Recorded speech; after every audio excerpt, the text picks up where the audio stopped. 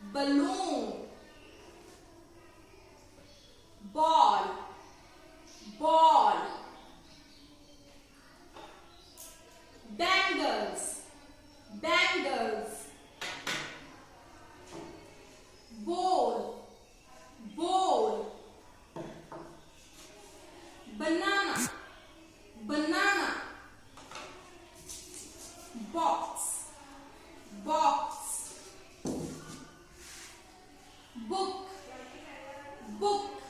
इन सब की beginning sound ब आ रही है। ये कहां से आ रही है? ये आ रही है यहां से, लेटर बी में से। ये है कैपिटल बी और ये है स्मॉल बी, और इनकी साउंड है जो वो ब होती है।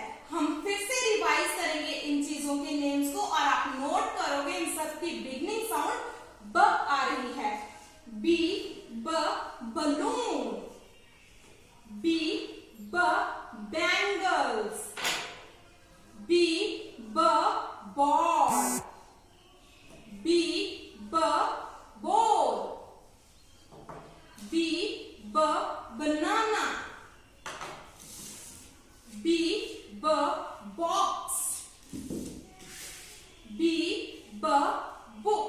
देखा आपने इन सब की बिगिनिंग साउंड क्या थी?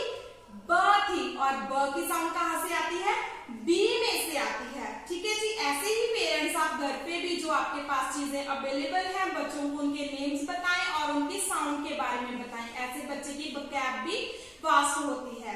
धन्यवाद।